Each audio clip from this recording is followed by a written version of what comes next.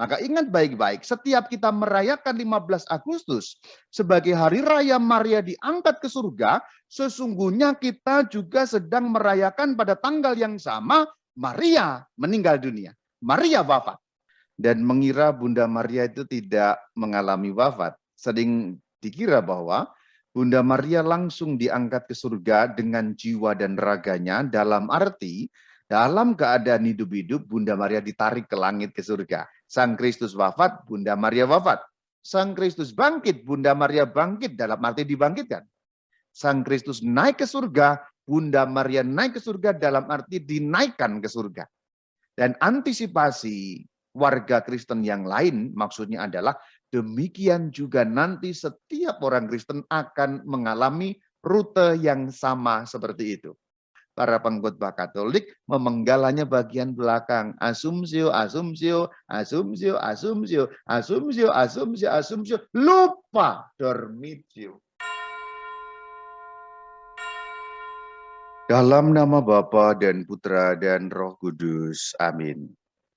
Ya Kristus Sang Firman yang menjadi manusia, ajarilah kami mengenal kitab suci yang dapat memberi kami hikmat dan menuntun kami kepada keselamatan oleh iman kepadamu, Tuhan dan pengantara kami, kini dan sepanjang segala masa.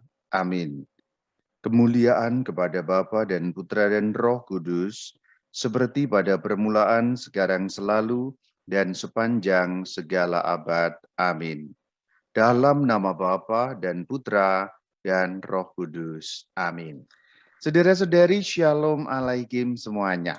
Kita akan merayakan Hari Raya Santa Perawan Maria diangkat ke surga dengan jiwa dan raganya. Maka kita akan lihat misterinya apa. Saya memberi catatan dulu, kalau di dalam bahasa iman Katolik, kata misteri itu bukan berarti seperti misteri apa, tapi misteri itu inti iman. Inti iman apa yang diajarkan di dalam perayaan Santa Perawan Maria diangkat ke surga? Itu arti kata misteri. Jadi jangan mengartikan kata misteri seperti kata yang sering dipakai umum. Misteri rumah berhantu, misteri gunung Merapi. Bukan artinya itu. Karena misteri itu inti iman. Sebenarnya ada dua hal yang akan kita bahas. Dan yang pertama adalah apakah Bunda Maria wafat?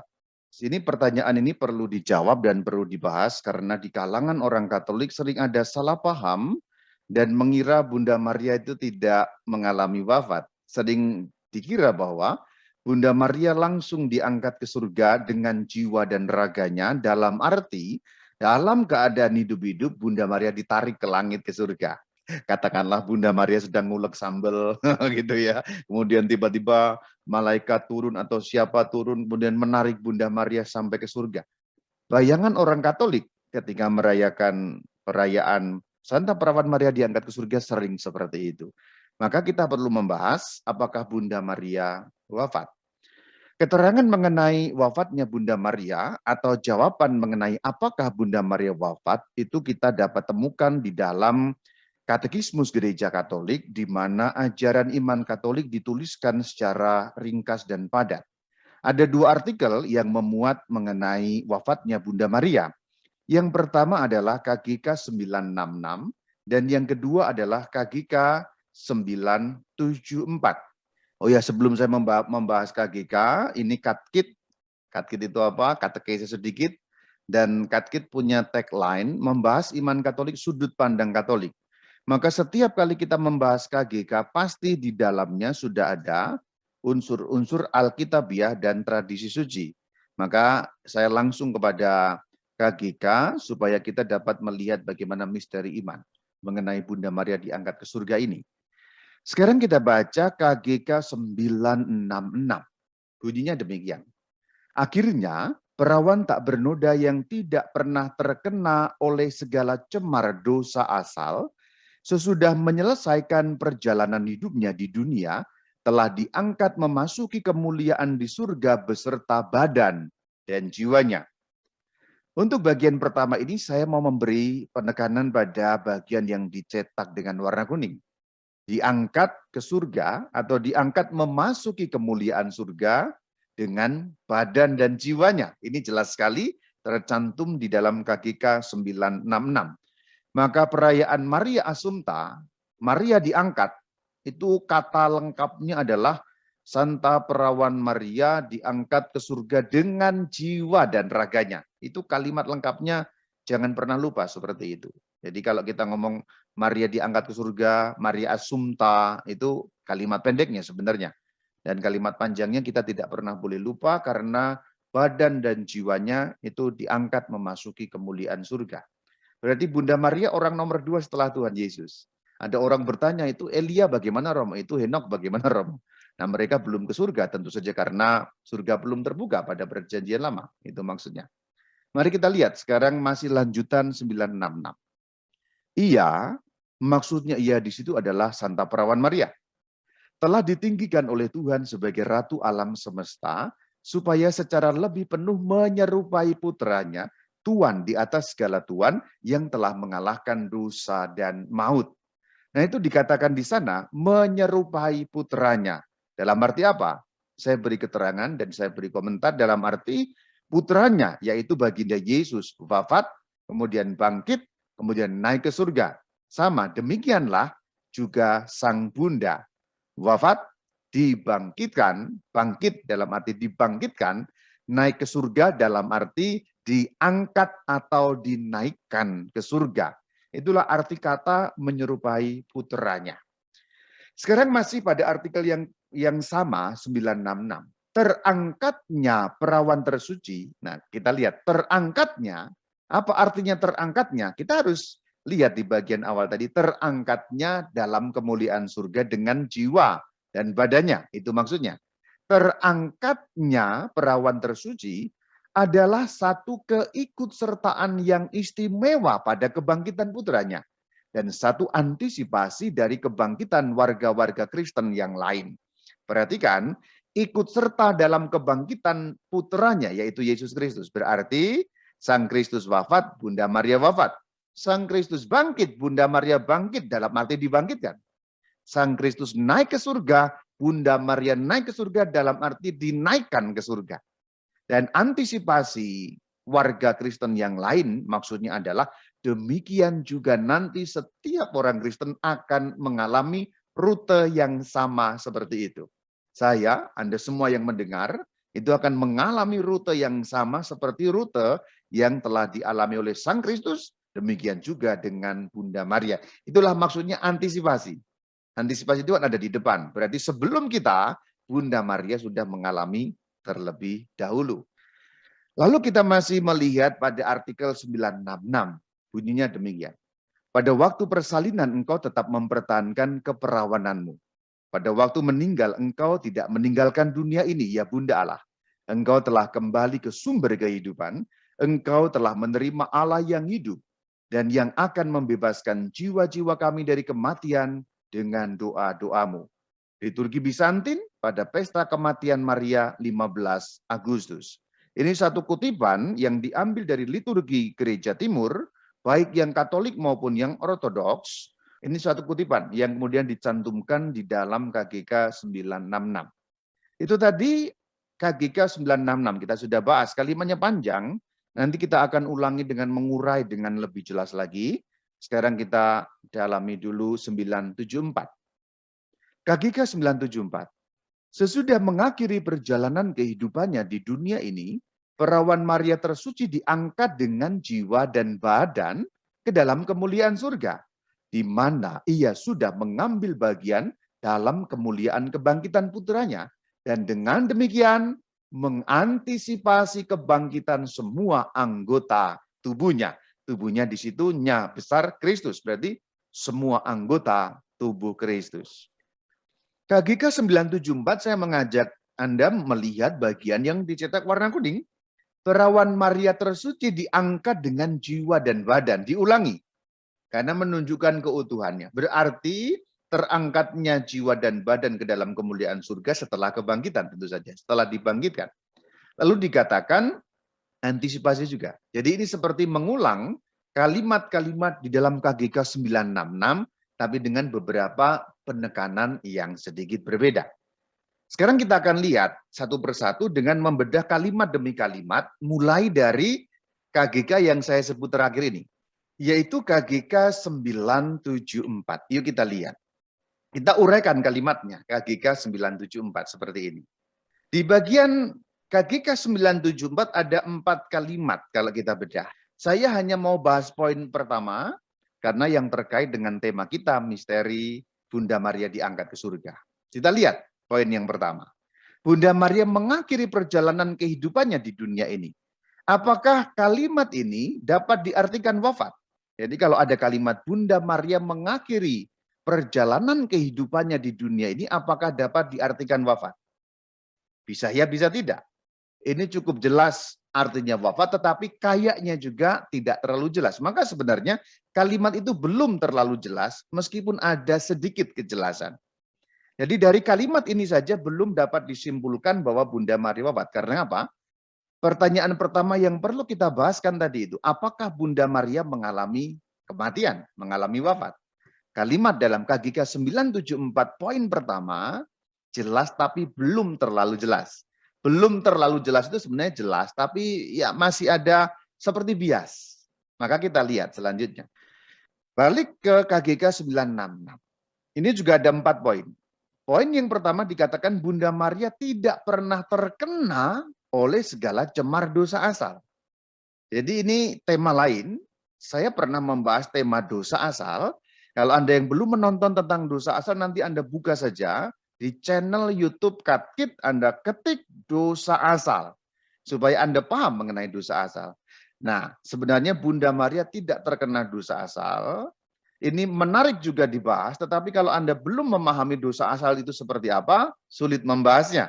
Maka silakan Anda ke channel Katkit lebih dulu di YouTube, kemudian Anda masuk ke sana, Anda ketik dosa asal. Kalau nanti Anda sudah tahu mengenai dosa asal, lalu sudah tahu Maria Assumpta di sini, kapan-kapan kita bahas bahwa Maria terlepas atau tidak terkena segala cemar dosa asal. Baru nanti akan lebih mudah. Nah, saya akan soroti satu poin yang saya cetak dengan warna kuning satu saja, menyelesaikan perjalanan hidupnya di dunia ini. Pertanyaannya, apakah dapat diartikan wafat kalimat ini? Ya, bisa, tapi belum terlalu jelas juga. Dan kejelasan itu datang justru dari kutipan liturgi Bizantin tadi, yaitu KGK 966. Bagian terakhir yang tadi sudah saya bacakan, saya akan munculkan lagi, yaitu liturgi Bizantin pada pesta kematian Maria 15 Agustus. Perhatikan, liturgi pesta kematian Maria 15 Agustus. Nanti kita akan lihat dengan uraian yang sedikit lebih jelas. Di dalam liturgi gereja Katolik di bagian timur, juga gereja-gereja timur yang lain yang non-Katolik seperti Ortodoks, itu mereka merayakan 15 Agustus setiap tahun sebagai kematian Maria, atau di dalam istilah gereja timur, tertidurnya Maria. Tertidur di sini dalam arti wafat, dalam arti mati. Maka sebenarnya dalam arti bahasa timur, ini dinamakan liturgi Bizantin pada pesta tertidurnya Bunda Maria 15 Agustus. Romo, kok tertidurnya Romo? Katanya 15 Agustus itu kita merayakan hari raya Maria diangkat ke surga. Ya itu betul. Tapi sekaligus merayakan hari wafatnya, tertidurnya. Jadi ini dua perayaan dalam satu waktu. Dua hal yang dirayakan secara bersama, meskipun kadang-kadang dengan penekanan yang berbeda.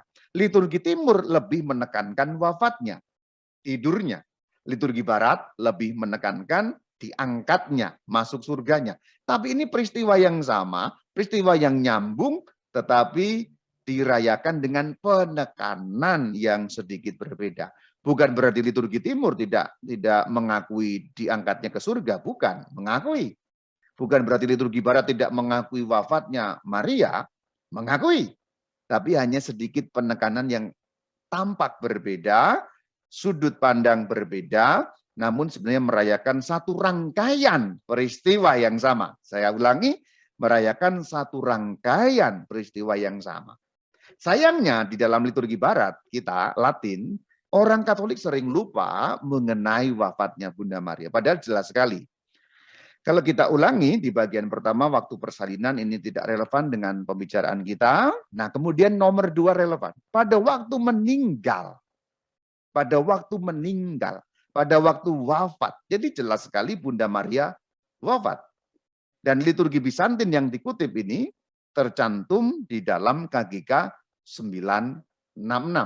KGK artinya apa? Ajaran Gereja Katolik. Berarti ini pun diakui juga sebagai ajaran Gereja Katolik. Dan jelas memang ajaran Gereja Katolik. Karena liturgi Katolik Timur merayakan ini. Terutama liturgi Bizantin. Katolik dengan ritus Bizantin. Poin 3, ini ya relevan juga, tapi yang paling relevan nomor 2. Pada waktu meninggal, pada waktu wafat, engkaunya Bunda Maria. Lihat, ya Bunda Allah. Theotokos dalam kalimat aslinya. Bunda Allah, itu dalam kalimat asli berbahasa Yunani itu bunyinya Theotokos. Ada lagunya sebenarnya pada liturgi Bizantin itu. Ini berbunyi antigenisi. Ya, antigenisi yang paling atas ini ya. Ini sebenarnya terjemahannya sudah ada di sini ya. Terjemahannya kurang lebihnya ini ya. Bahasa Indonesia ini. Nah, teks aslinya dalam liturgi Bizantin ini saya kutipkan. Ini tidak dikutip, yang bahasa Yunani tidak dikutip di dalam KGK tidak. Tapi ini teks aslinya. Ini satu lagu sebenarnya. Antigenisi, tin, ya nomor baris kedua, Parthenian, Evilaksas. Baris ketiga, itulah diulangi itu, tapi sedikit berbeda. Anti apa tuh Rama? Antikimisi. Kinisi. Ya. Ya, tadi paling genisi, bawah. sekarang kinisi. Ya, kimisi tadi genisi, sekarang kimisi. Ton kosmon ini ya. Umumnya bisa dibaca bisa dibaca tergantung logat mana. Karena bahasa Yunani juga ada logat-logatnya. Katelipes Theotoke, Theotokos, Theotoke. Jadi ini antigenisi, tin Parthenian Evilaksas, antikimisi, ton kosmon, Katelipes Theotoke. Lagunya kira-kira begini, nggak pas sekali karena saya sedikit-sedikit tahu tentang lagu-lagu Timur, tapi karena saya gitu gereja Latin, maka lagu-lagunya kan notasinya Barat. Padahal ini harusnya notasinya Timur. Saya menyanyikan tapi mungkin akan berbau notasi Barat, tidak terlalu Bizantin. Harusnya lebih Bizantin lagi. Tapi ya karena kita biasanya dengar-dengar Barat, Gregorian, ya maka jadinya akan Barat, sedikit Barat ya. Antigenisi tin Parthenian Evilaksas, antikimisi ton kosmon, Katelipes Theotoke. Kira-kira begitu. Antigenisi tin Parthenian Evilaksas, antikimisi ton kosmon, Katelipes Theotoke.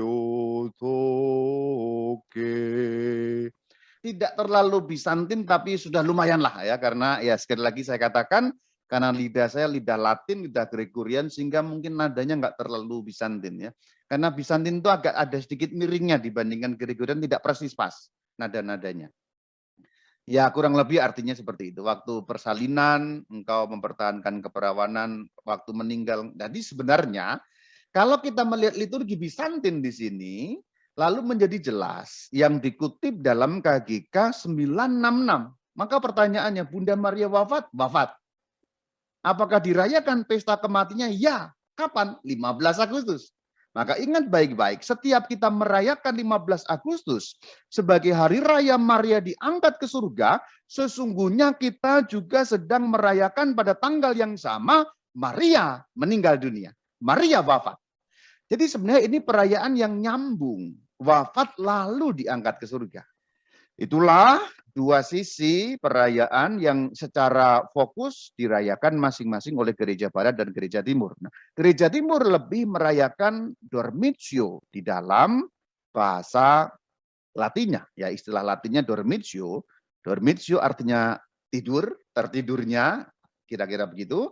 Itu dirayakan oleh gereja-gereja Timur. Maka ketika 15 Agustus Gereja Timur akan lebih cenderung menekankan pada fokus wafatnya. Karena wafatnya Bunda Maria mengikuti wafat Kristus. Siapa yang ikut kematian Kristus, ikut kebangkitan Kristus.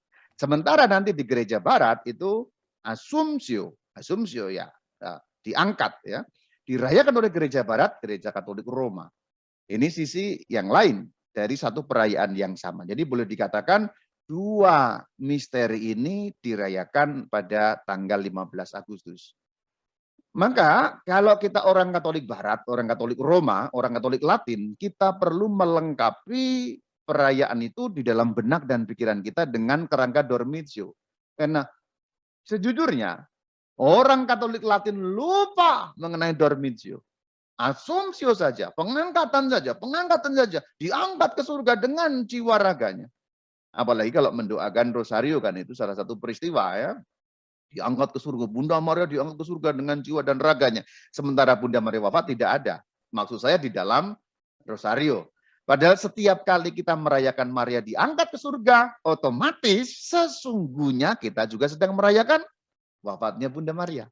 Nah itulah yang saya maksud misteri perayaan 15 Agustus. Jangan pernah lupa. Orang Katolik Barat jangan pernah lupa bahwa ada dua misteri iman dalam satu rangkaian kejadian, satu peristiwa, rangkaian peristiwa. Jadi pertama sudah terjawab berkat KGK 966 yang mengutip liturgi Bizantin, Antigenisi tadi itu. Nanti Anda boleh latihan sendiri di rumah, lagunya nanti kalau paling enggak satu potong itu, sebenarnya masih agak panjang, tapi paling enggak satu potong itu Anda bisa nyanyikan bagus ya.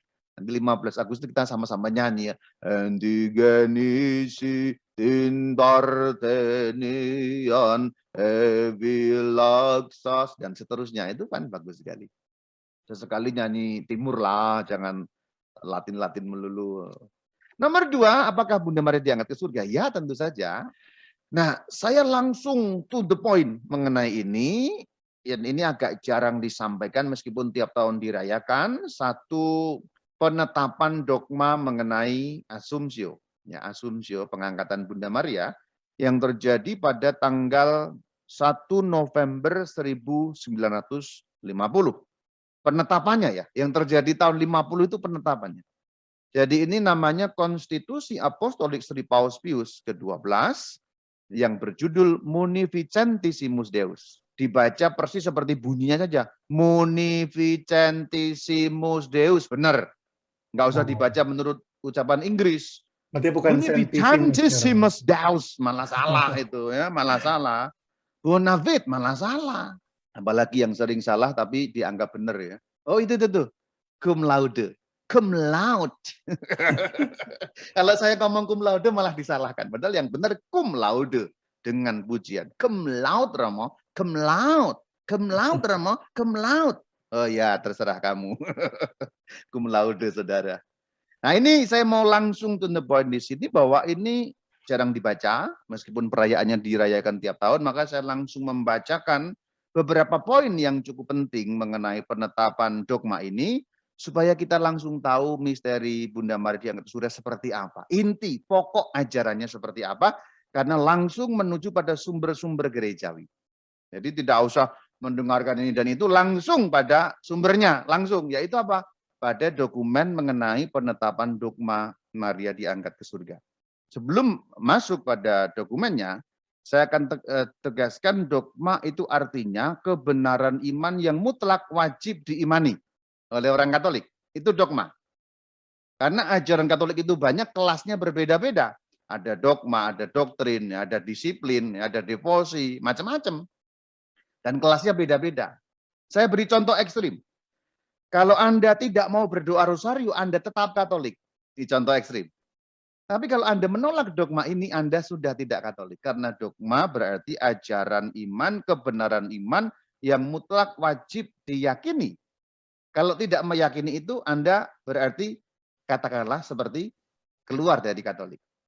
MD itu singkatan ya, Munificentissimus Deus ya, MD nomor 8. Saya langsung MD supaya langsung singkat nomor 8. Nah nomor 8 itu berbunyi seperti ini.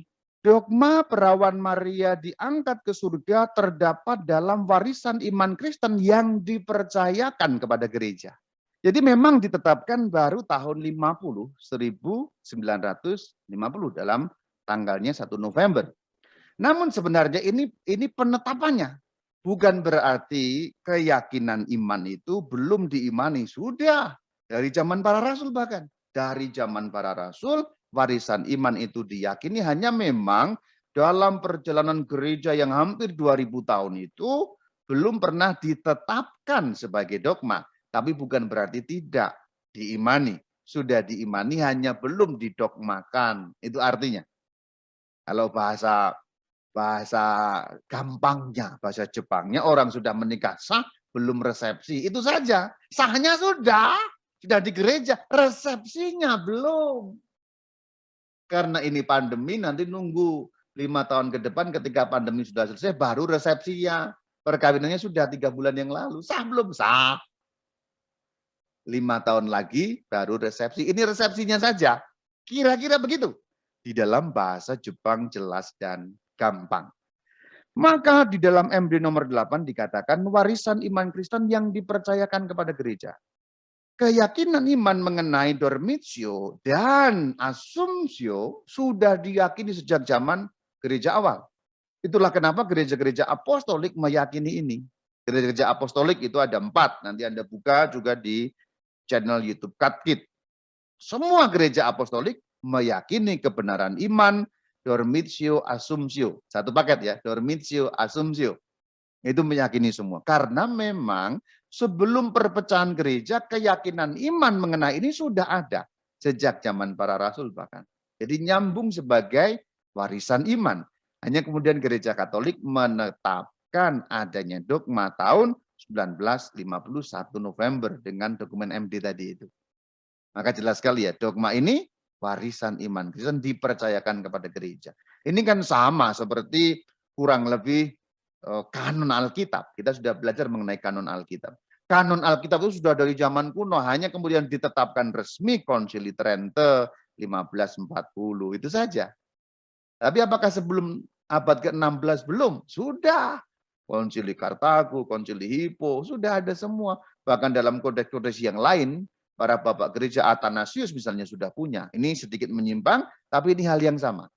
Dogma mengenai Bunda Maria diangkat ke surga, itu setara dengan kanon Alkitab. Dalam arti setara adalah itu keyakinan iman yang diwariskan sejak zaman kuno dipercayakan kepada gereja. Ayatnya ada nggak, Romo? Ya nggak ada. Dalam Alkitab ya nggak ada. Kanon apakah ada ayatnya? Ya nggak ada.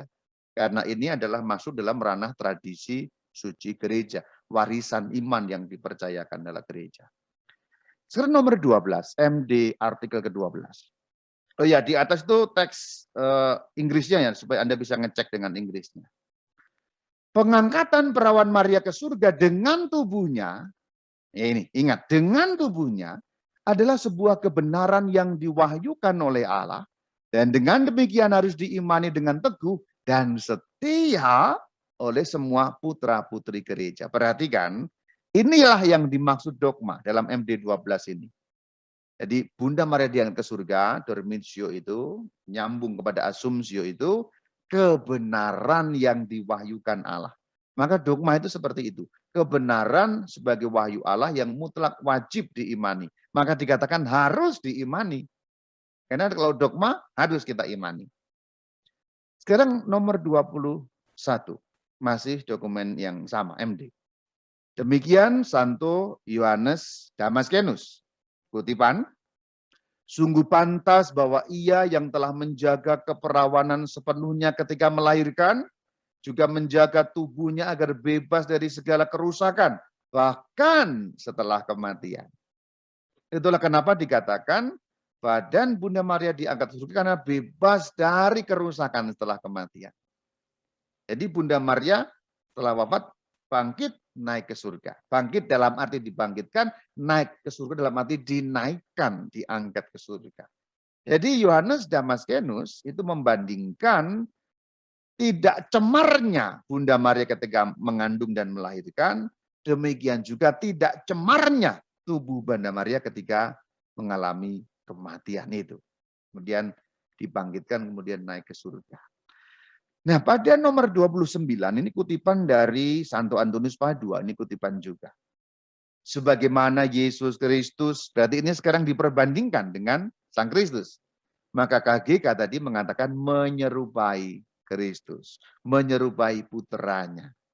Sebagaimana Yesus Kristus telah bangkit dari kematian yang telah dikalahkannya dan telah naik ke sebelah kanan Sang Bapa, Yesus bangkit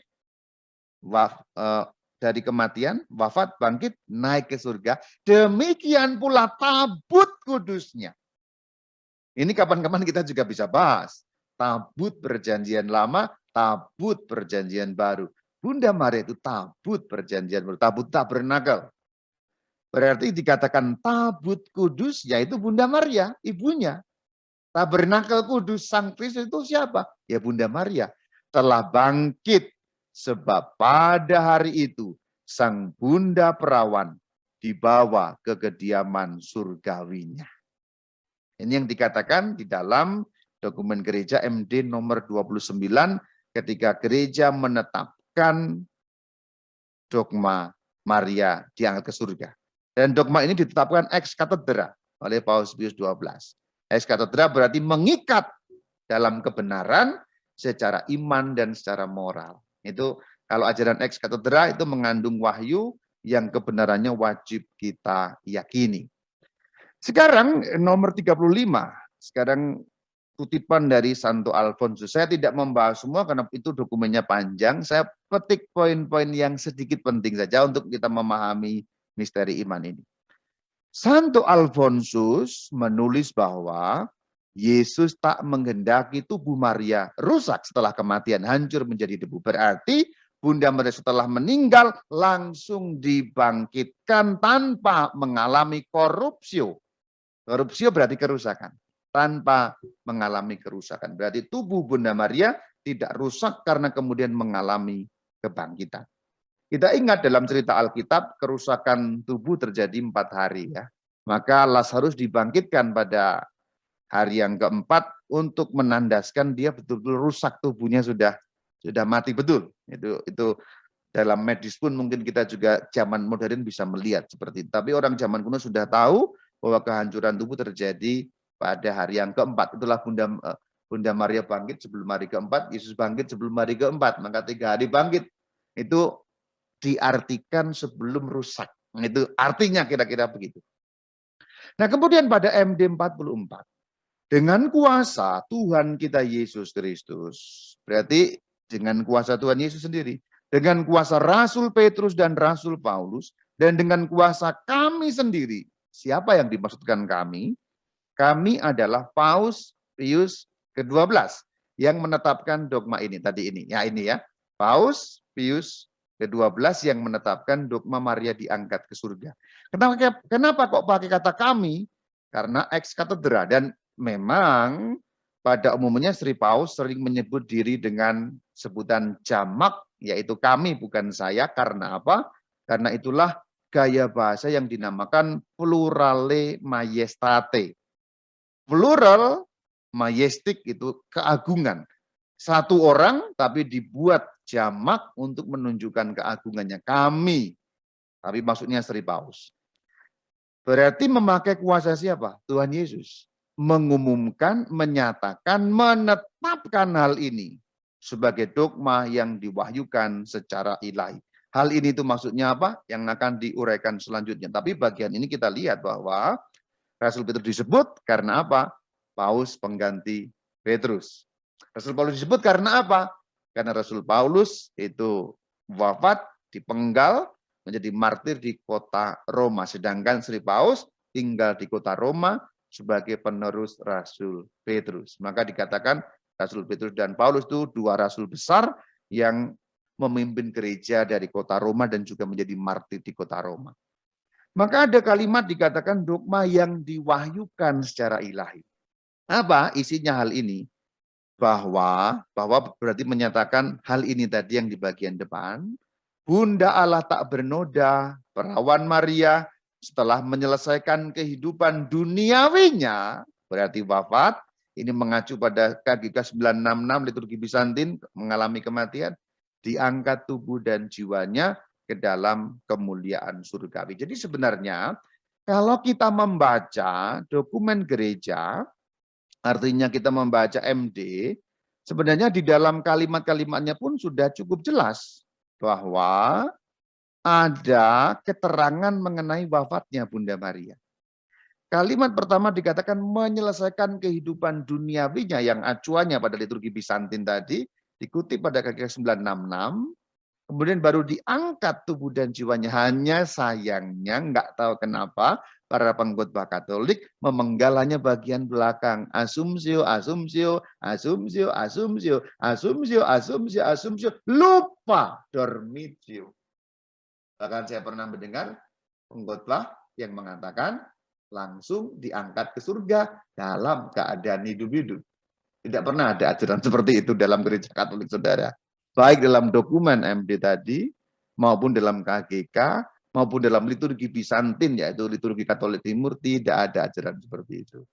Maka dibetulkan kalau Anda mungkin selama ini berkonsep seperti itu, bahwa yang diajarkan gereja Katolik seperti yang sudah dijelaskan dalam dokumen MD ini. Kemudian bagian terakhir menutup, karena itu, karena yang di atas tadi itu, siapa saja kiranya Tuhan mencegahnya, yang berani berkehendak menyangkal atau meragukan apa yang kami tetapkan, ketahuilah bahwa ia telah menjauh sepenuhnya dari iman yang ilahi dan Katolik. Ini artinya apa? Keterangan di bagian terakhir untuk mengatakan ini semua kebenaran iman yang diwahyukan, dipercayakan kepada gereja. Percayailah, jangan ragu, jangan sangkal. Yakini dengan iman, inilah dogma yang merupakan kekayaan iman gereja Katolik, yang merupakan wahyu dari Tuhan dan dipercayakan dalam gereja Kristus.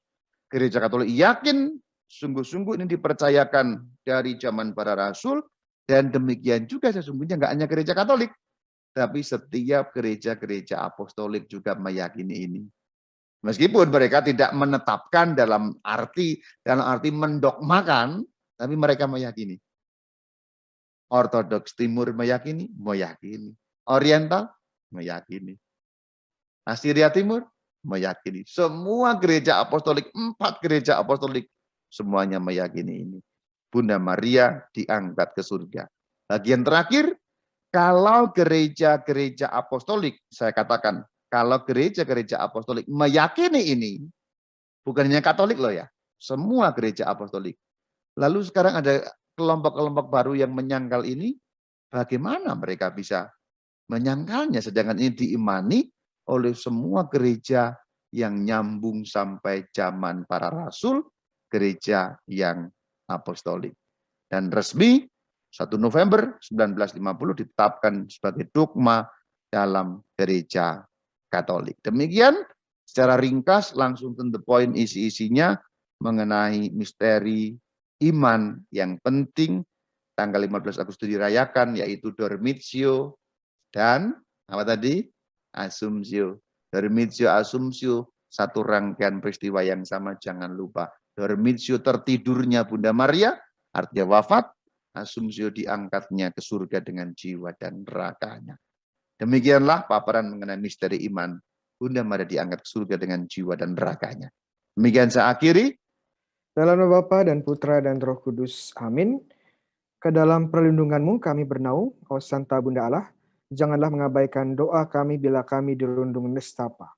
Namun bebaskanlah kami selalu dari mara bahaya, O Perawan mulia yang terpuji. Maria tabut perjanjian, doakanlah kami. Santo Mikael, Gabriel, dan Rafael, doakanlah kami. Dalam nama Bapa dan Putra dan Roh Kudus. Amin.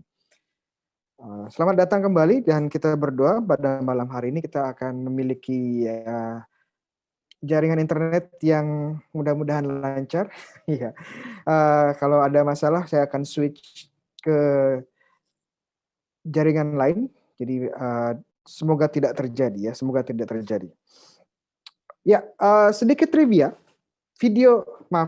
Doa yang tadi kita baca daraskan adalah sebuah doa sangat kuno, doa tradisional ya. Ini salah satu doa pertama yang ditujukan kepada Bunda Maria, ya, Bunda Maria. Dan yang menarik adalah doa ini disebut dalam bahasa Latin sebagai Sub Tuum Praesidium ya, ke dalam perlindungan-Mu. Dan doa ini sangat kuno. Kenapa sangat kuno? Karena doa ini berasal dari arkeolog menemukan di layar, dan fragmen ini berasal di sekitar Mesir, di mana usia fragmen ini sekitar berasal dari tahun 300-350 Masehi, ya, jadi sangat kuno.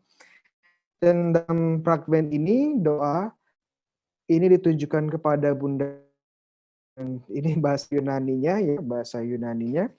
Tentunya teman-teman bisa baca bersama-sama dengan saya. Hanya mau menunjukkan salah satu bagian penting dari doa ini yang tulis dalam bahasa Yunani.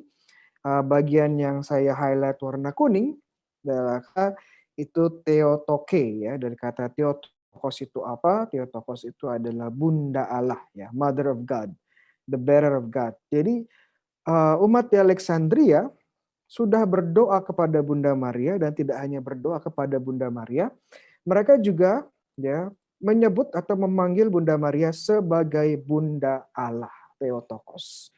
Jadi tradisi yang sangat kuno, berdoa kepada Santo Santa, putra khusus kepada Bunda Maria, sudah ada sejak gereja awal.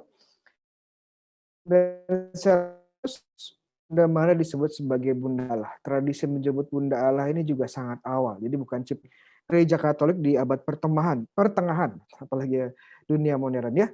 Jadi kita tahu ternyata doa ini sangat penting karena ini menunjuk pada realitas bahwa gereja kuno, gereja awal sudah berdoa kepada Bunda Maria dan memanggilnya sebagai Bunda Allah. Sedikit trivia. Dalam gereja Katolik, ya, ada yang disebut sebagai dogma. Nanti akan saya bahas dogma itu apa, dan dogma mengenai ajaran mengenai Bunda Maria yang levelnya di tingkat dogma itu ada berapa? Ada yang tahu? Ya, kalau jawaban benar bisa dapat pisang. Ada 4, ya, ada 4 dogma tentang Bunda Maria. Yang paling pertama dan yang paling penting menurut ajaran gereja adalah Bunda Allah, Maria Bunda Allah. Kemudian Bunda Maria sebagai perawan abadi. Maria dikandung tanpa noda dosa, dan juga Maria diangkat ke surga. Ya, jadi ada 4 dogma, ya. Kita sekarang hari raya Bunda Allah, Maria sebagai Bunda Allah, ada yang tahu kapan? Ya, sangat mudah. Iya, betul. Januari 1, ya, 1 Januari. Jadi gereja merayakan tahun baru, tidak merayakan tahun baru, tapi merayakan secara liturgi, merayakan Bunda Allah. Kemudian dikandung tanpa noda dosa. Ya, kapan? Ya, betul, 8 Desember. Iya. Dan terakhir diangkat ke surga besok, iya, 15 Agustus, yang dalam gereja Indonesia akan dipindah ke hari Minggu 16 supaya perayaannya lebih meriah, ya. Bagaimana dengan perawan abadi? Maria perawan abadi kapan dirayakan? Ya, ada yang tahu? Kalau ada yang tahu silahkan ditulis di kolom chat. Ya. Iya, itu buat kuis kita hari ini, ya, tebak kita. Kuis tentang Bunda Maria hari. Kapan kita merayakan Bunda Perawan Maria? Tanggal berapa? Kalau ada yang tahu silahkan ditulis di kolom chat. Oke, kita lanjutkan. Dalam gereja Katolik, ya, dalam gereja Katolik gereja Katolik itu punya banyak ajaran, ya. Dan ajaran ini levelnya beda-beda, ya. Statusnya beda-beda, derajatnya beda-beda. Ada yang sangat tinggi, yang paling tinggi sampai yang paling rendah, ya, dalam gereja Katolik. Nah, secara sederhana saya rangkum saja karena memang sebenarnya tingkatannya cukup kompleks kalau teman-teman belajar teologi, ya, dogmatik teologi. Secara sederhana bisa dibagi 3 bagian besar. Pertama, yang paling tinggi itu adalah dogma, kemudian di tengah-tengah itu doktrin dan disiplin, dan kemudian opini teologis, ya. Opini teologis, theological opinions. Dogma itu apa? Ya, dogma telah secara sempurna diajarkan oleh gereja sebagai sesuatu yang diwahyukan oleh Allah sendiri dan diterima dengan kepenuhan iman, ya. DVD bahasa teknisnya. Jadi gereja percaya bahwa ajaran ini sungguh diajarkan Tuhan sendiri dan kita harus menerimanya dengan kepenuhan iman. Ya, sebagai contoh tentang keilahian Kristus. Kristus adalah Tuhan, Tuhan Allah. Dan termasuk di sini adalah keempat dogma, ya, keempat dogma Bunda Maria yang baru saja saya sebutkan. Kemudian di bawah dogma ada doktrin dan disiplin, ya, telah diajarkan oleh gereja tetapi tidak atau belum didefinisikan sebagai yang diwahyukan oleh Allah. Ya, jadi diajarkan gereja tapi tingkatnya belum setinggi dogma. Jadi gereja juga masih terus berefleksi, terus belajar apakah ini sungguh pewahyuan Allah, ya, sungguh berasal dari Allah, atau hanya sesuai dengan pewahyuan Allah tapi belum sampai level itu, ya. Contoh salah satunya adalah disiplin dan imam harus selibat, ya, selibasi dan imam yang tidak menikah. Ini salah satu bentuk dari disiplin gereja. Contoh lain adalah Bunda Maria sebagai Bunda Gereja, ya. Bunda Gereja ini juga di level doktrin, bukan di level dogma. Dan yang paling rendah adalah opini teologis, tidak diajarkan oleh gereja tapi diizinkan oleh gereja. Jadi para teolog, ya, para pemikir gereja bisa berpendapat dan gereja tidak melarang ini, ya, tapi juga bukan ajaran resmi gereja. Contohnya ada 9 hierarki malaikat, ya. Malaikat ternyata ada tingkatannya, ya, dari eselon 1 sampai eselon 9. Tapi ini bukan ajaran yang bersifat doktrinal atau dogma, tapi masih di level opini. Jadi yang dogma adalah kita percaya akan adanya malaikat, ya, makhluk spiritual, makhluk rohani yang disebut malaikat, kita percaya itu ada, ya, itu dogma. Tetapi tingkatannya ini, ya, jenis-jenis tingkatannya ini kita belum tahu dengan pasti, dan para teolog, para pemikir, Bapak Gereja juga termasuk di situ, memberikan pendapat mereka, ya, memberikan pendapat mereka. Dan gereja tidak melarang ini, ya, dipersilahkan. Nah, efeknya apa bagi kita? Nah, kalau kita menolak dogma, sebagai contoh kita tidak percaya Bunda Maria adalah tidak percaya bahwa Bunda Maria naik ke surga. Wah, naik ke surga, ya. Apa yang terjadi karena ini harus diterima secara kepenuhan iman, maka kalau kita menolak hal ini, kita akan apa yang terjadi? Akan berada di luar persekutuan, ya, bahasa teknisnya excommunicatio, ya. Ex itu di luar, communicatio, communio itu fellowship, communion atau persekutuan. Jadi di luar persekutuan gereja Katolik. Jadi dogma ini kalau kita tolak, kita tidak mau percaya, maka kita tidak lagi menjadi bagian dari persekutuan gereja Katolik, ya. Jadi kalau tidak percaya dengan Kristus sebagai Tuhan Allah, ya sudah, berarti tidak bersatu dengan gereja Katolik lagi, ya. Ini salah satu contohnya, ya. Kemudian doktrin, apa kalau kita menolak doktrin bagaimana, Romo? Kalau saya tidak percaya Bunda Maria itu Bunda Gereja. Tetap, ya, sebenarnya doktrin juga banyak levelnya, ya. Ada yang cukup tinggi, tapi juga ada yang tidak begitu mengikat, ya. Tapi pada dasarnya kalau kita menolak doktrin, ya, kita sebenarnya masih bagian dari komunio, masih bagian dari persekutuan, tetapi, ya, status kita adalah seorang Katolik yang kurang begitu baik, kurang begitu taat, ya, ya, bandel, ya, bahasa Indonesia, orang Katolik yang bandel, ya. Opini teologis, ya, boleh percaya, boleh tidak, ya. Anda mau percaya bahwa hierarki itu ada 9 tingkat, boleh, atau mau percaya ada 7 tingkat, karena ada Bapak Gereja, salah Santo Hieronymus, ya, berkata ada 7 tingkat. Santo Thomas bilang, Thomas Aquinas bilang ada 9 tingkat. Terserah mau percaya yang mana, ya. Ini opini teologis, ya. Tidak percaya juga nggak apa-apa kalau tidak ada tingkatnya, ya. Iya.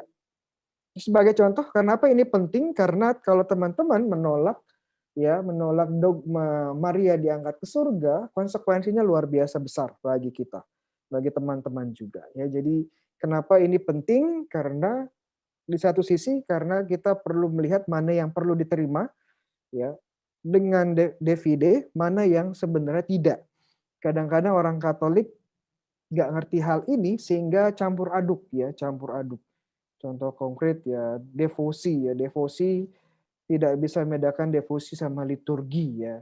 Padahal devosi itu sifatnya tidak wajib. Jadi ada yang bilang, wah, kalau tidak berdoa rosari, ya, hari ini, waduh, tidak mendapatkan keselamatan. Waduh, ya nggak benar juga karena devosi, ya, rosari itu. Mau dilakukan boleh, tidak juga tidak apa-apa ya. Dilakukan tentu baik, tapi tidak lakukan juga nggak apa-apa. Tergantung dorongan hati.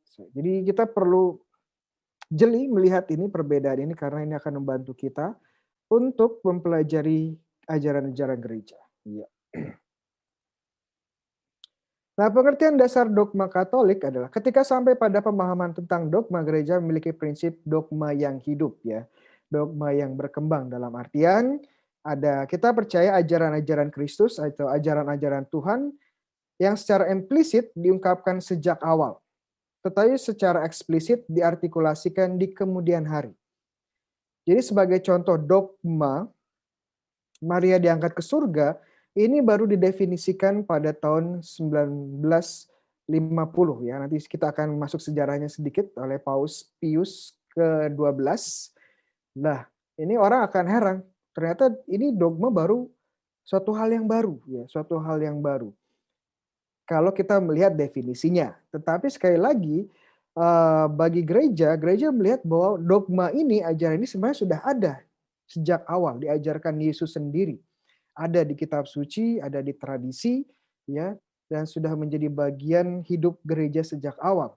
Tapi baru didefinisikan kemudian. Ya, definisi itu karena hal ini, karena kita gereja terus tumbuh, terus berefleksi, sehingga kita pun baru sadar kemudian, oh ternyata ini ajaran yang sangat penting.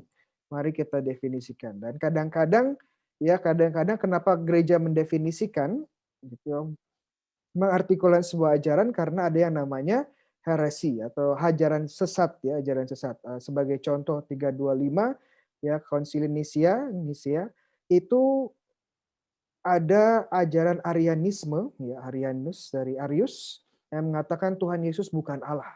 Waduh, heboh ya. Heboh. Dan banyak orang bingung.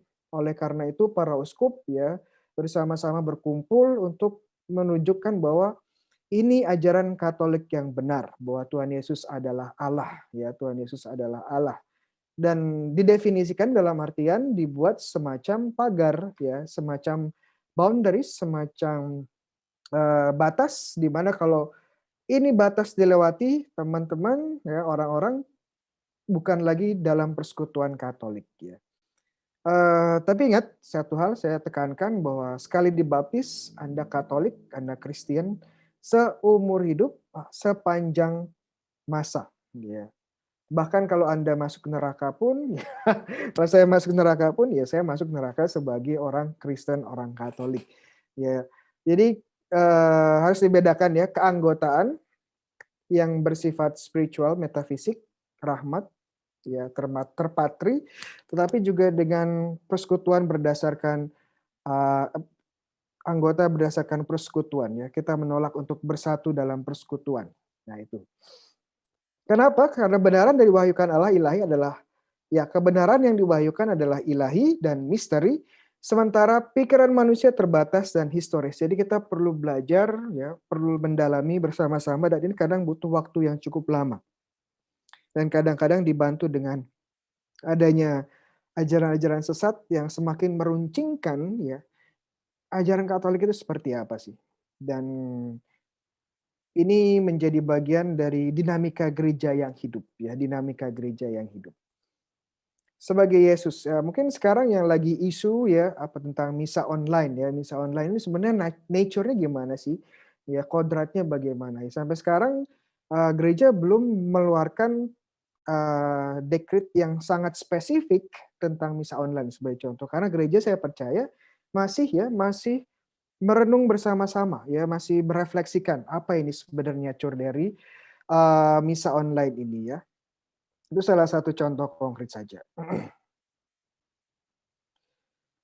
Oke.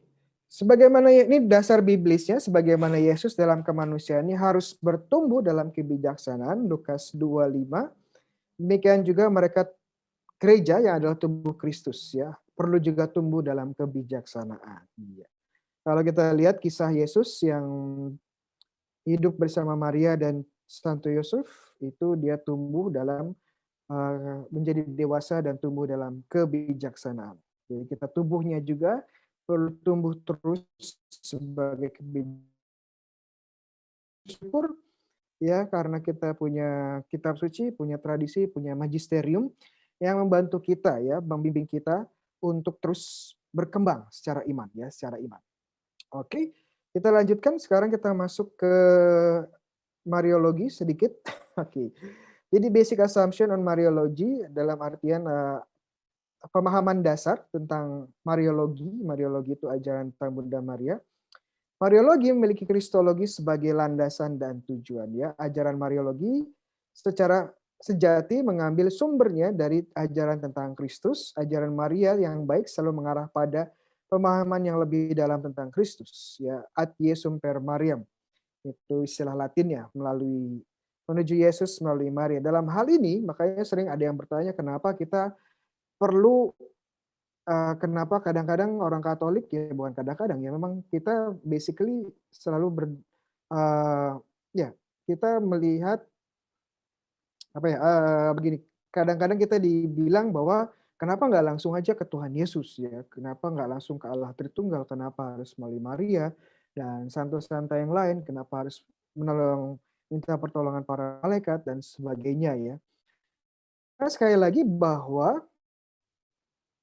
ajaran tentang Maria dan juga Santo Santa tentang malaikat ini membantunya memahami lebih dalam lagi ya, lebih dalam lagi siapa Tuhan kita ya, siapa Tritunggal, siapa Tuhan Yesus, siapa Roh Kudus ya, dengan mempelajari apa yang terjadi pada Bunda Maria sebagai contohnya ya. Apa yang terjadi dari Bunda Maria nanti akan saya jelaskan, mempertajam pengertian kita tentang ya, contoh yang konkret. Satu contoh konkret. Dogma pertama adalah Maria Bunda Allah. Ya, Maria Bunda Allah. Ya besar menolak Bunda Allah. Karena kalau kita menolak Maria, Bunda Allah dalam artian Maria yang melahirkan Yesus yang adalah Allah, ya, dan menolak dogma ini, konsekuensinya adalah lalu yang dilahirkan Bunda Maria siapa? Iya. Kalau yang dilahirkan Bunda Maria itu adalah bukan Yesus, yang bukan Allah, jadi sebenarnya Yesus tidak menjadi manusia. Ya, karena yang dilahirkan Maria bukan Yesus yang manusia. Iya. Jadi nanti jatuhnya pada ajaran sesat yang disebut sebagai docetisme ya. Jadi Yesus tidak sungguh-sungguh menjadi manusia. Tapi kalau kita bilang bahwa Bunda Maria tidak melahirkan Yesus, ya tidak melahirkan Yesus yang adalah, tapi orang lain yang dilahirkannya, ya kemudian Yesus itu hanya numpang di orang tersebut, nah maka ada bentuk heresi-heresi yang lainnya. Jadi bagaimana Bunda Maria ya sebagai Bunda Allah ini menyokong dan mempertajam kristologi, ya, ajaran tentang Yesus. Di sisi lain, Mariologi sangat terhubung dengan eklesiologi. Eklesiologi itu apa? Eklesiologi itu ajaran tentang gereja ya. Maria adalah anggota gereja yang istimewa dan seluruhnya unik. LG, dari LG 53. LG itu apa ya? Bukan merek lampu. LG itu Lumen Gentium, salah satu dokumen penting dasar dari Vatikan kedua. Ya, Maria adalah istimewa, Maria adalah spesial, tetapi tetap menjadi bagian anggota gereja. Ya, anggota gereja. Dia melayani sebagai model iman dan kasih amal gereja dan juga contoh konkret karya Allah bagi ciptaannya. Jadi kalau kita mau lihat bagaimana rahmat bekerja secara sempurna pada ciptaan, secara khusus pada manusia, lihatlah Bunda Maria. Kalau ingin lihat rahmat penebusan, lihat Bunda Maria yang bisa terlahir tanpa noda dosa, yang bisa setia sampai akhir tanpa berbuat dosa. Itu karena karya rahmat. Lihat bagaimana Bunda Maria yang naik ke surga, tubuh dan jiwanya. Tidak bisa kita naik ke surga, diangkat ke surga tanpa rahmat. Jadi bagaimana dogma yang ada itu menunjukkan karya Trinitas di dalam hidup manusia. Dan Maria menjadi semacam pembuktian konkret ya karya Tuhan yang luar biasa kepada ciptaan. Nah, ini luar biasa dari kita bisa melihat bahwa ajaran Mariologi tidak bisa dilepaskan dari ajaran Kristologi maupun ajaran eklesiologi. Iya. Terima kasih, semakin berat, puji Tuhan. Ya, itu masih pengantar ya. Lihat saja pengantarnya setengah jam. Iya, sekarang kita masuk ke topik sejatinya, topik tentang Bunda Maria. Iya, Maria diangkat ke surga, dogma Maria diangkat ke surga. Pada tanggal 1 November 1950, Paus Pius ke-12 dengan agung mendefinisikan bahwa Maria diangkat ke surga, baik tubuh maupun jiwa melalui konstitusi apostoliknya yang bernama Munificentissimus Deus. Ya, ini konstitusi apostolik untuk menyatakan bahwa Bunda Maria diangkat ke surga, baik jiwa dan raganya. Jadi bagaimana Pius ke-12 ini menggunakan ya otoritasnya yang disebut otoritas mengajar, ya extraordinary teaching, ya mengajar secara luar biasa, dan ajarannya ini adalah infallible, ya tidak bisa salah, ya, dalam artian dilindungi dari kesalahan. Sedikit trivia, Pius ke-12 ini juga paus yang hidup pada zaman Perang Dunia Kedua, ya. Jadi salah satu paus yang kontroversial karena ada yang bilang dia mendukung Nazi, ada yang bilang sebenarnya tidak, dia sudah menolong banyak orang Yahudi, ya, dan seterusnya, ya. Tapi salah satu kontribusi terbesar dari Pius ke-12 ini adalah dia mendefinisikan dogma Maria diangkat ke surga. Mari kita baca dokumennya secara singkat. Itu adalah dogma yang diungkapkan secara ilahi bahwa Bunda Allah yang tak bernoda, perawan Maria. Jadi kita lihat 3 dogma disebutkan. Bunda Allah, tak bernoda, dan perawan. Yang telah menyelesaikan perjalanan hidupnya di bumi, diangkat tubuh dan jiwanya ke dalam kemuliaan surgawi, ya. Munificentissimus Deus, paragraf 44. Itu dogmatiknya. Oke. Sudah saya sebutkan, ya, ajarannya baru didefinisikan 1550. Tetapi sudah saya sebutkan bahwa kebenarannya sebenarnya sudah ada sejak awal. Ada di kitab suci dan tradisi. Mari kita lihat dari tradisi seperti dahulu, ya. Seperti dogma-dogma Maria lainnya, ajaran tentang MDS, saya singkat ya, MDS itu Maria diangkat ke surga, dianggap sangat awal, ya, sangat awal. Sebagai contoh, penemuan fragmen-fragmen teks bahasa Syria tentang Dormition, ya, pada Dormition. Dormition itu Maria yang tertidur sebelum dia diangkat ke surga. Dan teks-teks kuno ini kembali ke abad 3 Masehi. Kemudian Santo Epiphanius dari Salamis menulis, Salamis itu sebuah pulau di sekitar Yunani, ya, salah satu pulau di sekitar Yunani. Menulis dalam 350 AD atau Masehi, dan jika saya harus mengatakan sesuatu lebih banyak dalam ujian kepada Bunda Maria, ya, dia seperti Elia yang masih perawan dalam rahim ibunya, selalu tetap demikian dan diangkat, ya, ke surga, tapi belum melihat kematian. Dia. Ini kata salah satu tradisi yang sangat awal bagaimana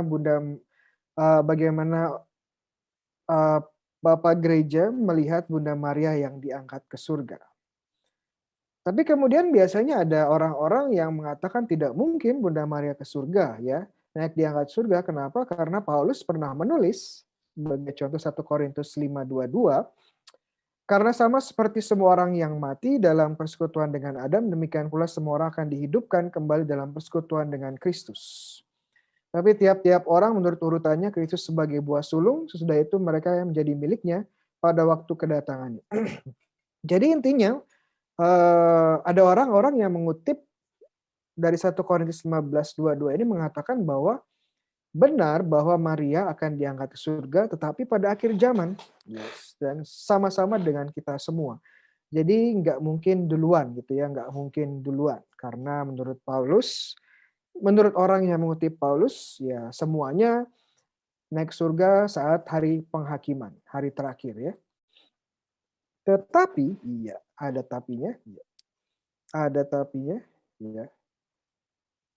Ya, Paulus benar mengatakan bahwa, ya, ketika dia berkata seperti kita akan dibangkitkan saat kedatangan Yesus, ya, bahwa semua orang mati karena Adam, dan kemudian akan naik surga saat hari terakhir itu betul, tetapi sekali lagi kata semua itu tidak dipahami sebagai mutlak semua, ya mutlak semua. Karena dalam kitab suci ada pengecualian-pengecualian. Ya.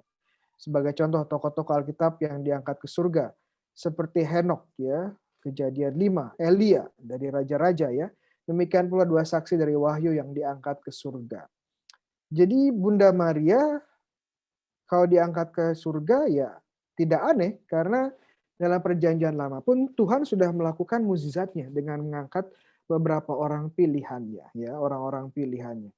Jadi kalau Tuhan bisa mengangkat seseorang ya di masa lampau ya bukan mustahil dia juga akan melakukan yang sama di perjanjian baru. Iya. Dan ya ini membuktikan bahwa mengutip Paulus harus melihat bukti-bukti biblis yang lain. Kita maju lagi ya.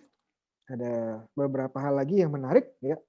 Nah, jika kita memperhatikan bacaan liturgi pada hari raya MDS, Maria diangkat ke surga, ya. Kalau kita baca bacaan liturginya, bacaan pertama secara khusus Misa Vigili itu dari 1 Tawarikh ya. Dan bacaan pertama misa hari rayanya itu dari Wahyu 11 ya sampai 12.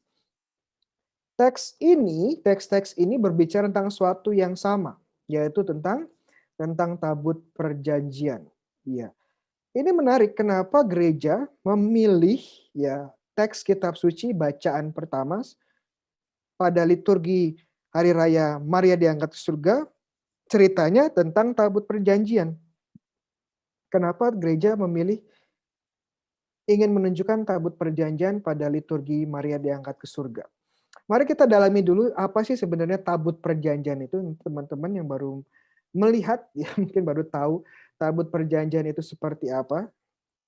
Akan saya tunjukkan. Jadi kalau tabut perjanjian, teks utamanya dari Keluaran 25 ya.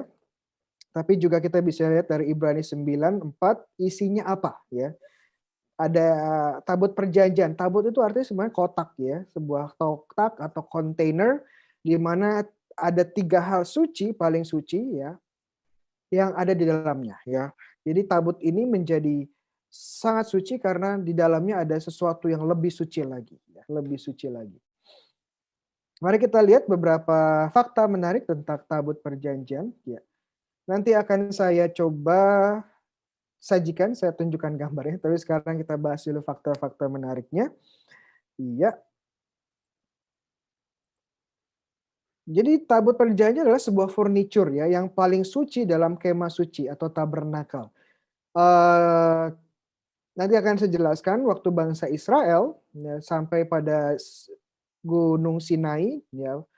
Daerah Sinai, salah satu tugas pertama yang diberikan kepada Musa dan bangsa Israel adalah membangun sebuah tempat peribadahan, sebuah tempat penyembahan kepada Allah yang benar yang disebut sebagai kemah suci. Dalam bahasa Yunaninya adalah tabernakel ya. Tabernakel. Jadi tabernakel itu asalnya ya dari perjanjian lama ini. Dan tabernakel sebuah tenda dan di dalam tenda itu ada barang-barang yang disebut sebagai barang-barang suci. Salah satunya adalah ya ini tabut perjanjian. Dan ini yang paling suci dari benda-benda yang ada di sana. Dan di sini juga tempat di mana Tuhan bertemu dengan umatnya. Kalau baca Keluaran 25:22 dikatakan bahwa Tuhan hadir di atas tabut perjanjian untuk ya hadir di tengah-tengah umatnya. Jadi bagaimana tabut perjanjian ini menjadi sangat kudus karena kehadiran Tuhan di sana. Ini tempat menyimpan relik Maha Kudus. Ada 3 hal ya yang disimpan di dalam kotak tabut perjanjian. Pertama 2 loh batu perjanjian, tongkat Harun dan juga roti mana. Iya. Jadi semuanya menunjukkan secara khusus 2 ini ya, 2 hal, loh batu dan roti mana ini dari Tuhan, ya dari Tuhan sendiri. Berasal dari Tuhan sendiri. Dan tongkat Harun ini sangat khusus, kenapa nanti akan saya ceritakan. Ya, ini menunjukkan imamat, ya imamatnya Harun. Iya.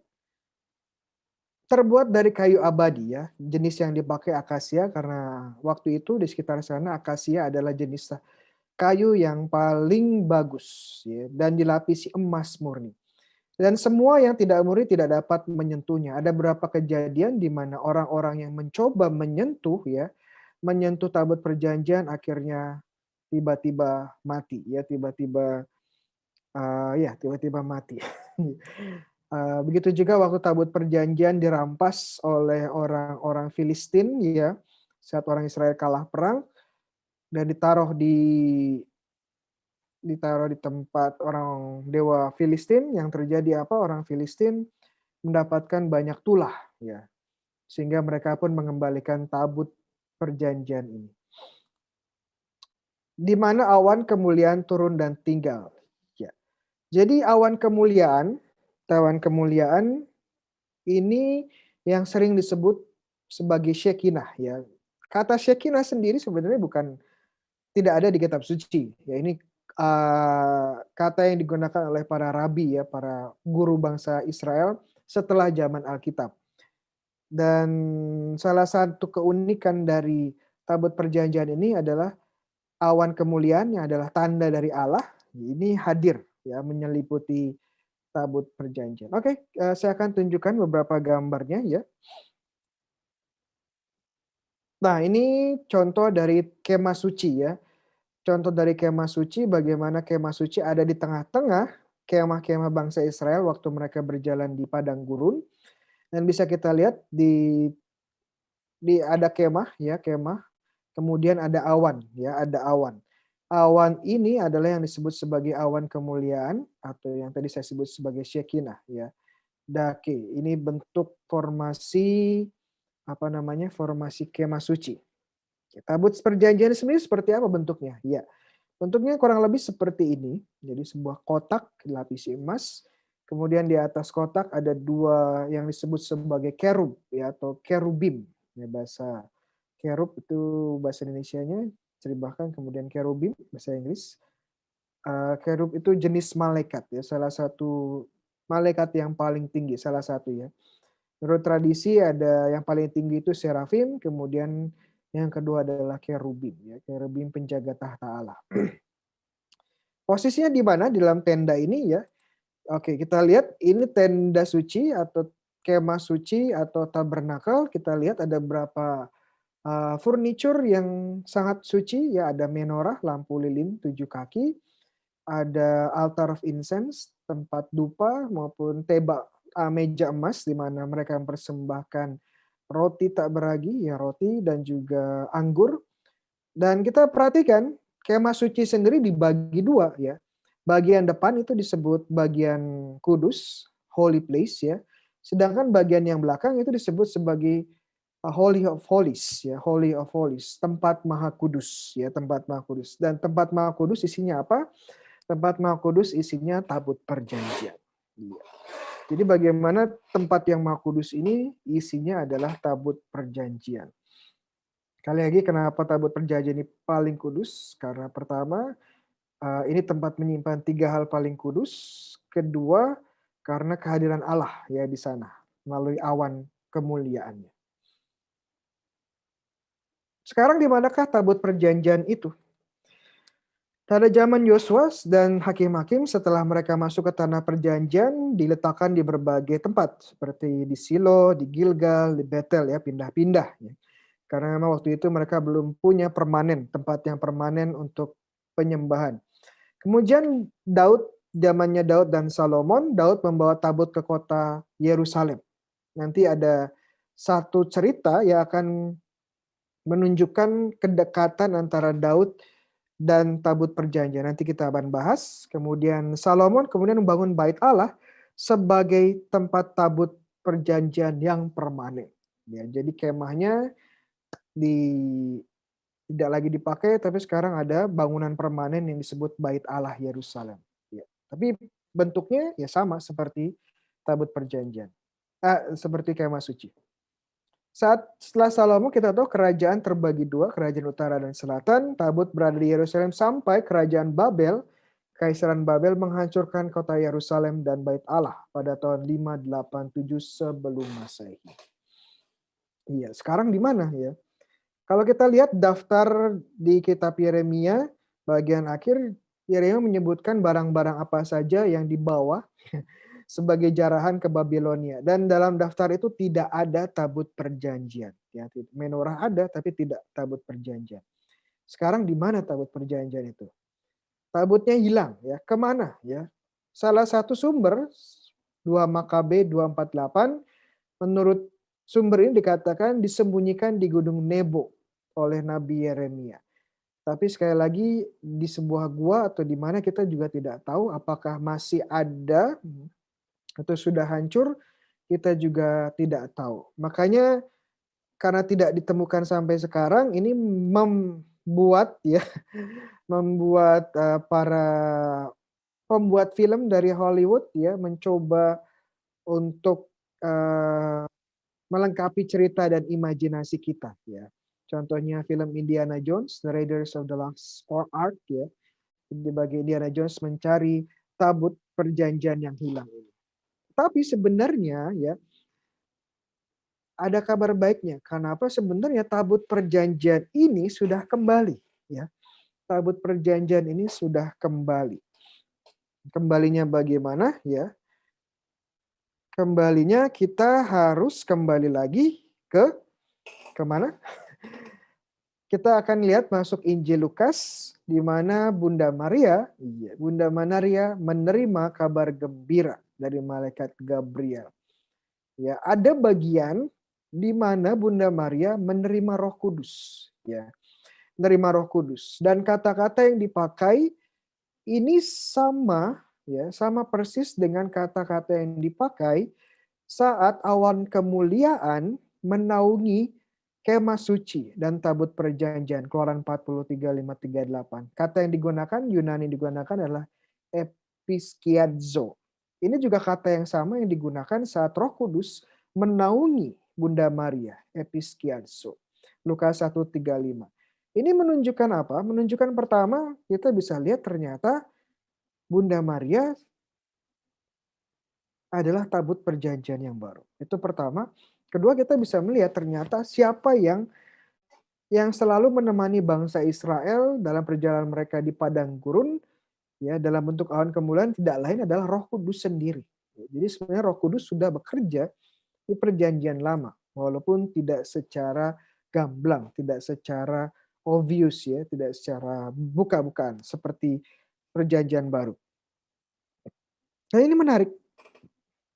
Dan ada juga bagian penting di mana Injil Lukas ingin menunjukkan bahwa sungguh Maria adalah tabut perjanjian yang baru.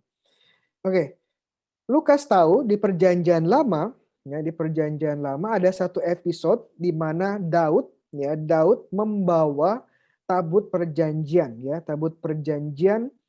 ke kota Yerusalem. Dan dalam ini nanti saya jelaskan dari buku apa. Di dalam ini bagaimana Daud bersukacita saat dia membawa tabut perjanjian ke kota Yerusalem. Dan ternyata ada banyak kesamaan dan paralel antara Daud yang membawa tabut perjanjian ke kota Yerusalem dengan saat Bunda Maria mengunjungi Elizabeth. Ya, Bunda Maria mengunjungi Elizabeth. Ya. Kesamaannya apa saja? Mari kita lihat ya, Daud dan perjanjian. Ya, tabut perjanjian di OT itu Old Testament dan tabut perjanjian yang baru. Kita lihat paralelismenya. Pertama, Daud bangkit dan bergegas menuju kota perbukitan Yehuda dan membawa tabut. 2 Samuel 6:2. Ya.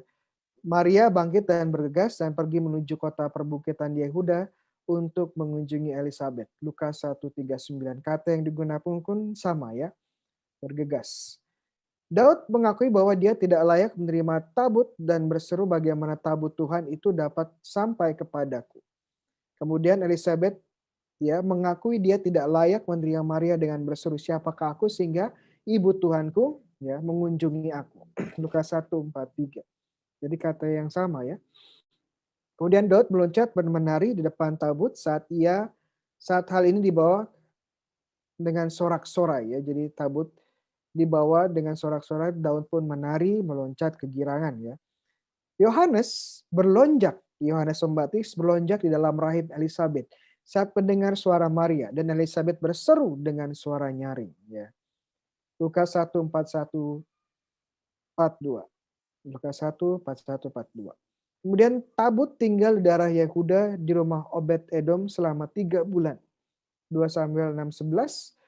Maria tinggal bersama Elizabeth selama 3 bulan di daerah Yehuda, tempatnya Elizabeth. Ya, Lukas 1:56. Kenapa ini menunjukkan bahwa Lukas yang, sekali lagi Injil Lukas yang terinspirasi oleh Roh Kudus ingin menunjukkan bahwa Bunda Maria adalah tabut perjanjian yang baru. Tabut perjanjian telah kembali. Buktinya apa? Ya, buktinya pertama ya Roh Kudus yang adalah awan kemuliaan di perjanjian lama menaungi Bunda Maria sebagaimana dia menaungi tabut perjanjian. Dan kita lihat bagaimana ada paralelisme konkret nyata antara acara Daud dan bait tabut perjanjian dan juga Bunda Maria yang mengunjungi Elizabeth. Nah, ini penting kenapa?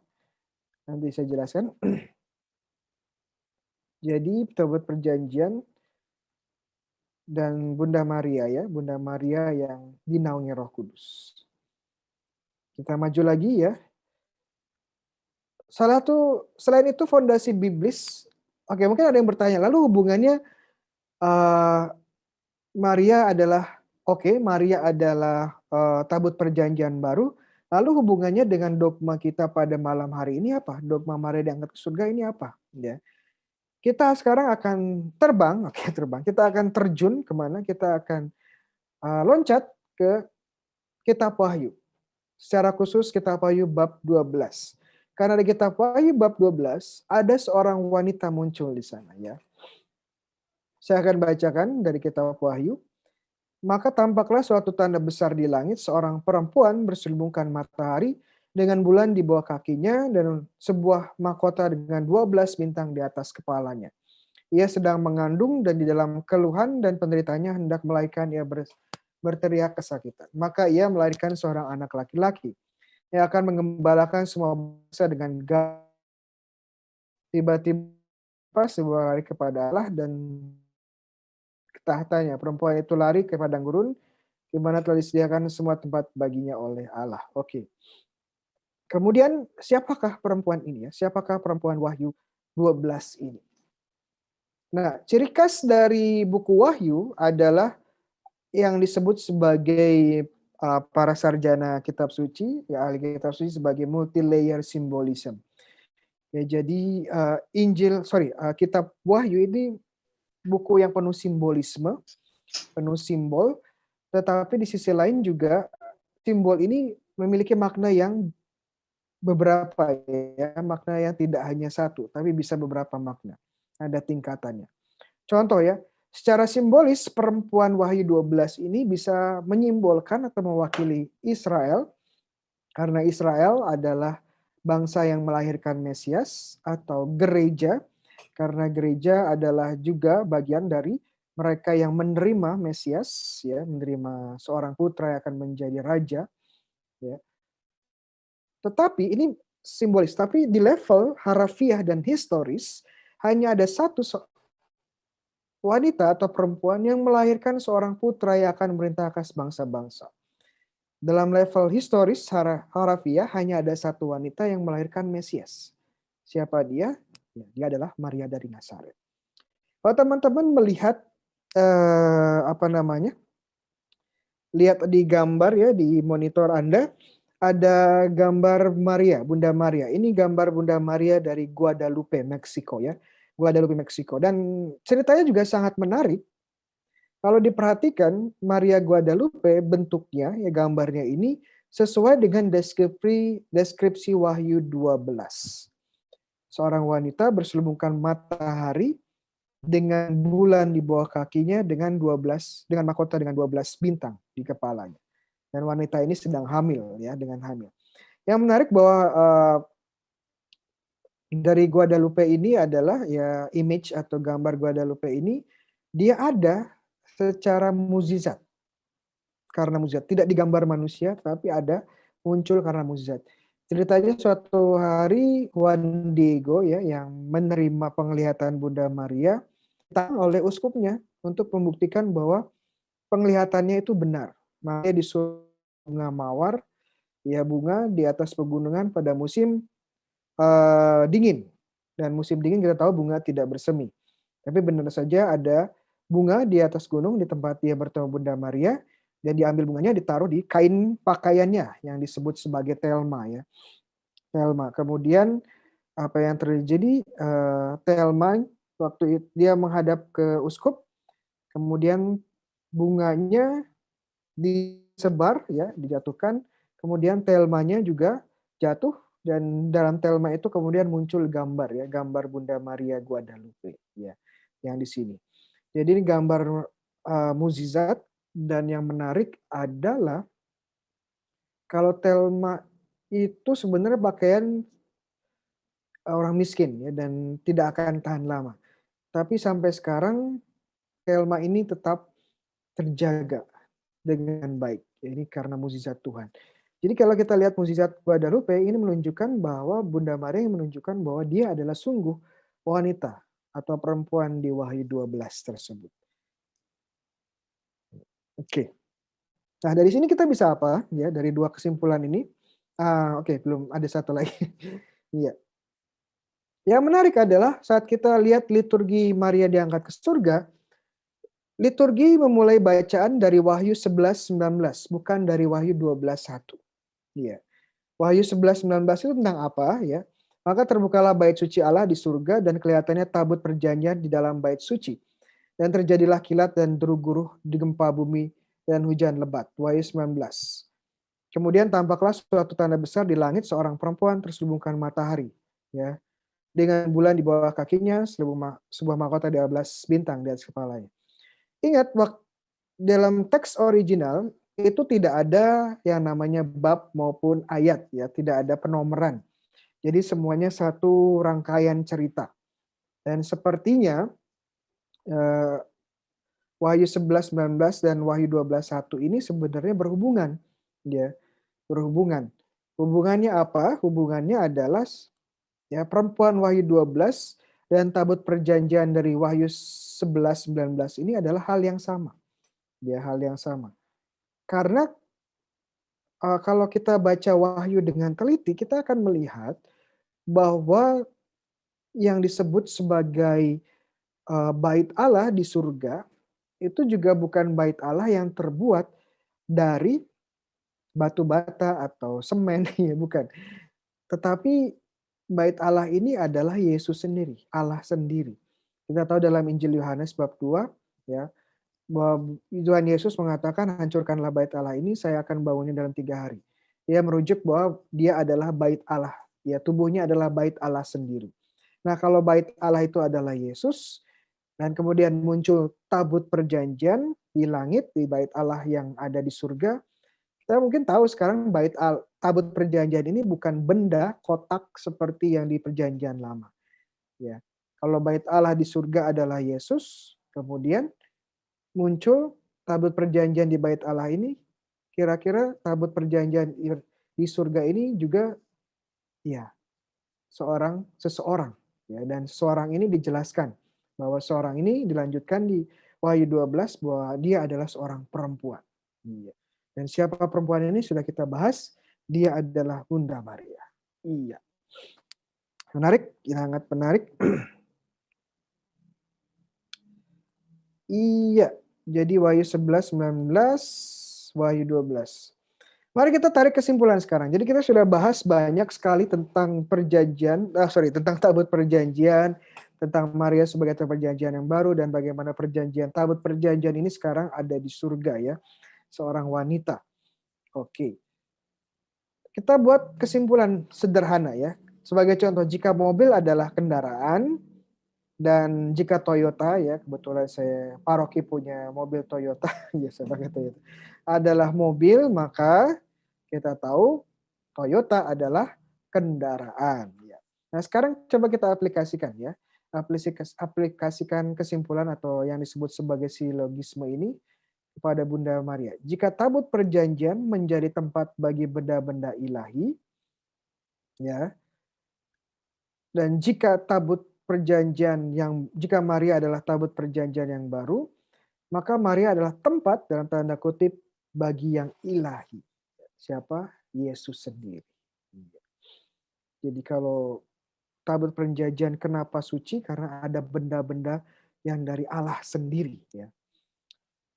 Dan kita tahu sekarang Maria adalah tabut perjanjian baru, dan kita bisa ambil kesimpulan Maria pun menjadi tempat dari Allah sendiri, ya, yaitu Yesus. Kesimpulan kedua, ya, jika di mana benda-benda ilahi berada, tabut perjanjian itu juga ada. Ya, kemana tabut perjanjian? Karena benda-benda suci ini, 3 benda suci ini tidak bisa dipisahkan dari tabut perjanjian sebagai tempat penyimpanannya. Jadi kemanapun benda ini pergi, ya kotak perjanjian tabut perjanjian juga akan menemani, tidak bisa dipisahkan. Dan jika Maria adalah tabut perjanjian yang baru, ya, dimanapun yang ilahi, dimanapun Yesus pergi berada, Maria juga ada di sana. Dan jika sekarang Bunda Maria, Tuhan Yesus ada di surga, Bunda Maria di mana? Iya, pasti di surga. Oke, kesimpulan ketiga. Jika di Wahyu 12 tabut perjanjian secara fisik berada di surga, Wahyu 11:12 secara fisik berada di surga, ya. Dan Maria adalah tabut perjanjian yang baru, maka Maria berada di surga baik jiwa dan raga. Iya. Jadi ini kesimpulannya teman-teman sekalian yang baik hati, teman-teman yang setia. Kalau kita bisa mengambil kesimpulan bahwa Bunda Maria adalah tabut perjanjian yang baru, kita juga bisa mengambil kesimpulan dari buku Wahyu bahwa tabut perjanjian ini sudah ada di surga. Ya. Nah, ada yang bilang, ya mungkin Bunda Maria ada di surga, tetapi hanya jiwanya saja, seperti para kudus lain. Karena dalam buku buku Wahyu, ya ada banyak orang yang sudah di surga, ya para martir, ya para saksi iman, ya. Tapi ada pembedaan yang sangat jelas bahwa para martir yang disebutkan di Wahyu itu adalah roh jiwanya yang di surga. Tetapi kita lihat di Wahyu 12, ya, sang perempuan ini tidak hadir hanya dengan jiwanya. Ya, bagaimana kakinya, ya, kakinya menyentuh bulan, di atas bulan, ya. Dan ini menunjukkan raganya juga hadir di surga. Jadi ini kita bisa ambil kesimpulan ajaran Maria diangkat ke surga, ya baru didefinisikan tahun 1950, tetapi ya kebenarannya sudah ada di kitab suci itu sendiri. Tapi memang nggak mudah karena kita harus membuka, ya, mengobok-obok dalam tanda petik, ya, menggali isi kitab suci sehingga sampai pada kesimpulan bahwa Maria adalah tabut perjanjian dan berarti dia ada di surga.